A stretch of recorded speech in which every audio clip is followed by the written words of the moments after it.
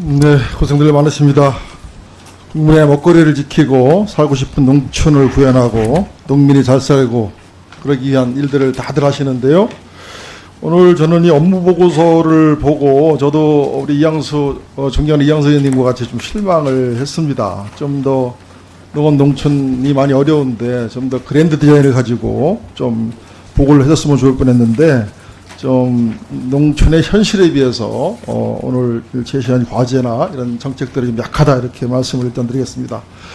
다들 고생하시는데 일단 장관님께 제가 대표로 물어보겠습니다. 예. 지금 우리나라의 가장 큰 사회 문제가 뭐라고 생각하십니까? 우리나라의 정말 이 대한민국이 더 강한 대한민국으로 가기 위해서 우리가 극복해야 될 사회 문제들이 많은데요.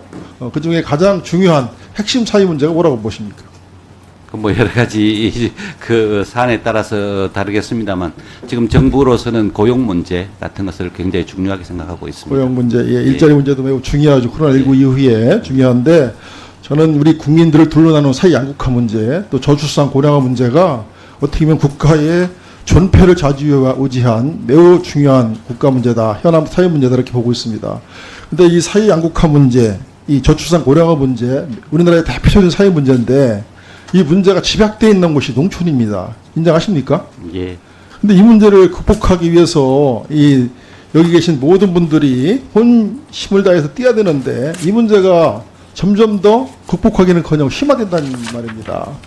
이런 문제를 지적하고 싶고 오늘 여기 보고서 4쪽에 보면 이 소득 부분을 보시면 이 농가 소득이 도시 근로자 가구 대비 62.3%로 도농 간 소득 격차가 점점 커지고 있어요. 그죠?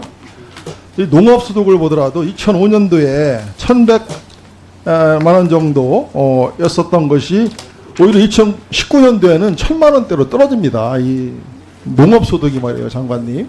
맞죠? 그러니까 예, 이런 소득이 없는 곳에 어떻게 뭐 2040 세대가 농촌으로 오게 만들겠다 이렇게 말씀하시는데 이 소득이 없는 곳이 어떻게 젊은이들이 가겠습니까? 또 두 번째는 이 고령화 이제 저출산 문제는 뭐 아까 우리 맹성규 의원께서 말씀드렸지만 지금 시골에 아기 울음 끊긴 지는 너무나 오래됐고요. 지금 뭐 이 면 단위에 아기 한두 명 태어나지 아기들 구경하기가 정말 어렵습니다. 근데 이제 고령화 문제인데 지금 전체 농가 중 오늘 이 보고서를 제가 얘기하는 겁니다. 40세 미만 교양주가 0.7%뿐이 안 돼요. 전체 우리 농가 중에 65세 이상 교양주가 62%로 농업 인력의 고령화가 매우 심각하다. 그리고 전체 교양주 평균 연령이 몇 세입니까, 장관님? 네, 우리나라 전체 교양주 평균 연령이 몇 세예요? 68.2세. 예, 70세가 육박합니다. 그럼 이분들 농촌에서 다 돌아가시면 어떻게 하실 겁니까? 농업농촌. 그러면 여기 계신 분들 다 일자리 다 뺏깁니다. 일자리가 좀 중요하다고 그랬죠. 농업농촌 없이 여기 있는 장관님들, 농협, 이분 어떻게 무슨 뭐 먹고 살 겁니까? 일자리. 이런 부분에 제가 지적을 좀 하고 싶고요. 그러면 이 농촌에 이제 사람들이 와서 살아야 돼요. 와서 이제 농사도 짓고 이렇게 해야 되는데 그러려면 제가 생각하기엔 이 농업소득을 좀 올려줘야 된답니다. 올려줘야 될 거 아니겠습니까? 소득 있는 곳에 사람이 모이는 것이죠. 근데 지금 정부가 하고 있는 일 중에 뭐 여러 가지 다 농업소득을 높여주려고 이제 하시겠지만 그래서 정부가 가장 주안점을 두고 하는 것이 직불금제 아니겠어요? 직불금제. 우리나라 올해 직불금제 도입했죠. 예, 그렇습니다. 도입해가지고 이제 처음 공익적이풀제 도입을 해서 이 농가소득도 올리고 뭐 농촌의 뭐 공익적 기능도 강화시키고 이러려고 하는데 지금 그 예산이 얼마죠? 2조 4천억 정도 됩니다.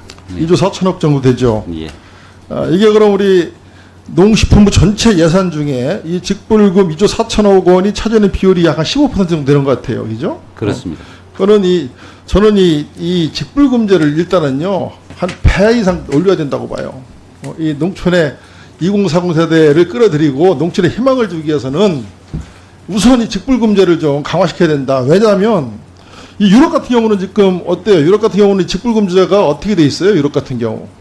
유럽의 경우에는 일률적으로 보기가 좀 어렵습니다. 왜냐하면 EU에서 하는 게 있고 각 개별 나라가 하는 게 있기 때문에 EU에서 하는 것은 직불제가 많습니다만 각 개별 국가에서는 또 자기 농업 정책을 하기 때문에 EU에서 하는 것이 유럽 전체에서 다 그렇게 하는 거다 이렇게 보기는 어렵습니다. 그래도 대부분 유럽에 이제 유럽 연합이 다 유럽 연합에 들어와 있는 거거든요. 그걸 유럽 연합 국가들이 다 지켜야 돼요. 마스트리트 계약에서 유럽 연합들은 개별적으로 못하고 거의 그 유럽 의회에서 이런 것들을 다 결정하고 있는 거 아시죠? 그래서 유럽 연합부 보면 그 직불금 이 비중이 말이에요. 약 70%가 넘어요. 아시죠?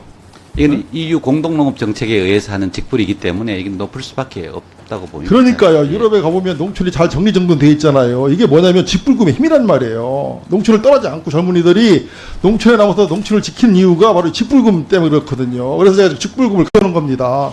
여기 보면 그 한번 또 넘겨보세요.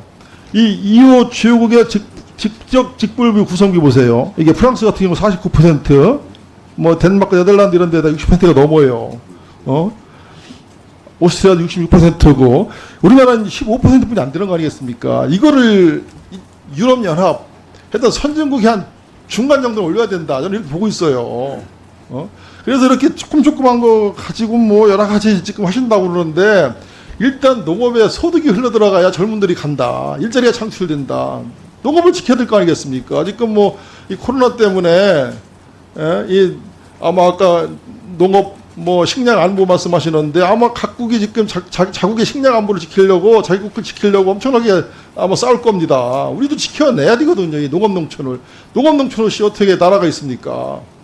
그래서 이런 문제를 내가 꼭 지적해서 이 직불금을 정말 강화하는 이런 좀 싸우세요. 좀 재정 당국하고 그냥 맞짱 뜨세요. 좀 싸워가지고 좀 뺏어다가 농촌을 살려야 될 거 아니겠습니까? 우리 여기 야당 의원님들 같이 도와줄 테니까. 근데 2019년에 1조 3천억이던 직불금을 2010년에 2조 4천억으로 늘렸습니다. 1조를 늘렸습니다. 그러니까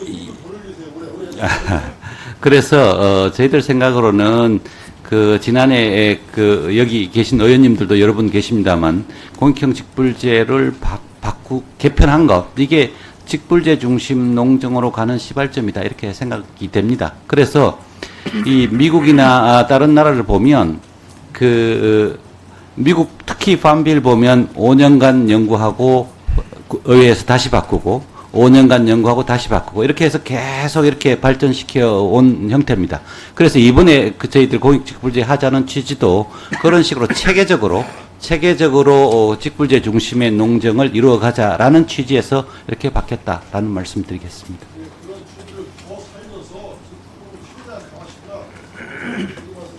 그러니까 직불제를 강화하려면 충분한 아이디어와 그 검토가 있어야 됩니다. 그래서 정부도 그런 부분에 대해서 앞으로 중점적으로 연구하고 검토하도록 하겠습니다.